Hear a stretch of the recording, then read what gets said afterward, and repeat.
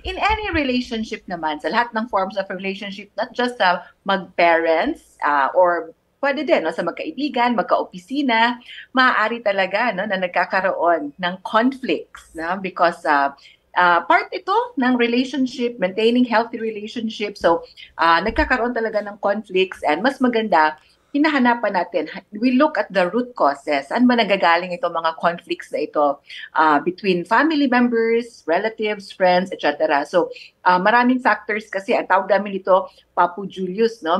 It's an interplay of factors. So, kaya, once masana mahanap natin kung ano yung root causes ng hindi pagkakaunawaan sa family ay, number one, mas maganda no, to help the family through these challenges. Number one is to, of course, communication is very important. Communication meaning sana open ang ating lines of communication. Pag-usapan kung ano yung problem, ano yung conflict, saan nanggagaling ito, with open minds, open hearts na walang judgment. I-forgo natin, i-let go yung mga judgmental no, na mga comments or mga ideas or thoughts kasi sometimes affected din kasi halimbawa in a family no magkakaiba ang generations ang parents iba ang generation nila sa kanilang mga anak so nagkakaroon talaga sometimes no ng mga hindi pagkakaunawaan because of this generational gap so open lines of communication is very important without judgment. Number two, of course, mas maganda in any conflict naman, one way is to find a compromise. Kung kinakailangan, no, na we maintain no, yung respect for each other, in lahat naman no, nasa relationship, dyan pa rin sana ang respect at maintain yung pinaka, ano natin, yung patience is very important as we listen with empathy. Yun ang tinatawag natin, Mamu, no, na empathy. Kung ipuput natin ang ating situation doon sa situation ng ating mga anak or yung mga anak naman, baliktad. Na? Put nilang situation sa kanilang mga magulang para mas maintindihan natin kung saan sila nanggagaling, para mas mahanapan natin ng solution itong mga generational gaps no, na maaring which come into play. Kaya nagkakaroon ng conflict sa family. So compromise and of course we celebrate all forms of mga wins or victories na mga resolution no, from this conflict and we learn lessons galing sa mga challenges natin as a family, as individuals, both personally and as a member ng family. Nagiging komplikado ang problema, Doc. Napapansin natin, kapag nilabas na sa social media, parang ganun kasi ang takbuhan ngayon ng mga tao. Pag nag-aaway-away, social media agad. And that complicates things.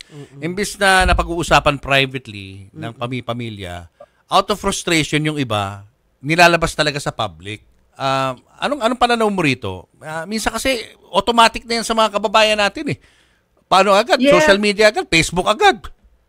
Correct, no? In fact, Sir Julius, Papu and Mamu. So ngayon kasi itong mga younger generations, yung mga Gen Zs, sila yung tinatawag natin na digital natives at mas sila, no? Very comfortable sila with the use of gadgets, social media. Yun lang, always ang reminder namin is muna. Of course, muna natin, no? Sana we don't post anything sa ating mga social media. Huwag ilabas, lalo na kung tayo ay in a highly emotional state. Yeah. Kasi lalo na pag tayo ay in a highly emotional state, galit tayo, irritable, nagkakaaway-away, ay sometimes we post things or do things or may mga sinasabi tayo na mga things na we might regret na having done so pag tayo ay kalmado na. So better pa rin to think before we post anything. And kung kinakailangan, pause muna, ilayo ang ating sarili muna sa situation, pakalmahin ang sarili at iwasan natin yung mga impulsive na mga actions na due to our emotions. Kasi pag tayo ay emotional, nawawala ang ating logical or thinking brain. Ang ating decision making is affected. Ang ating judgment can be affected. Marami ang affected in fact pag tayo ay emotional. So mas maganda pause, kung kinakailangan itulog na muna natin para maiwasan natin yung pagsabi ng anything na hurtful. And later on, kasi pag tayo ay kalmado na, pag minsan ay talagang we regret kung ano man yung ating mga nasabi or post online. Ang nakakatakot pa, Papu and Mamu, no? Kung ano man yung mga na-post natin kasi ngayon online sa social media, hirap na itong bawiin. Yun bang, it leaves a digital footprint. Kaya be very careful always na kontrolin mo na ang ating galit, anxiety, anger, etc.